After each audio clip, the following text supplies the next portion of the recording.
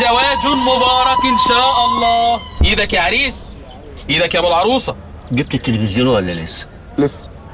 ظهر مفيش نصيب، مفيش جواز. هنجيبه واحنا مروحين. هنجيبه واحنا مروحين.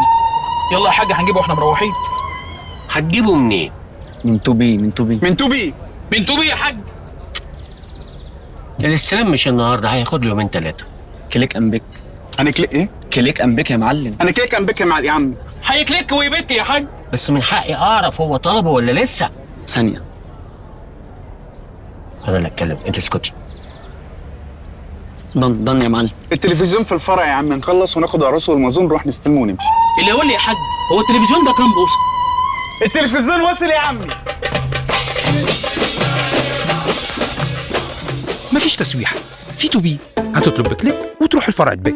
هتشتري كل اللي انت عايزه من الابليكيشن او الويب سايت وتستلم من اقرب فرع ليك، يعني مفيش زحمه ولا وقت ضايع ولا حتى مصاريف شحن. توبي سهله بكليك ام بك. شاشة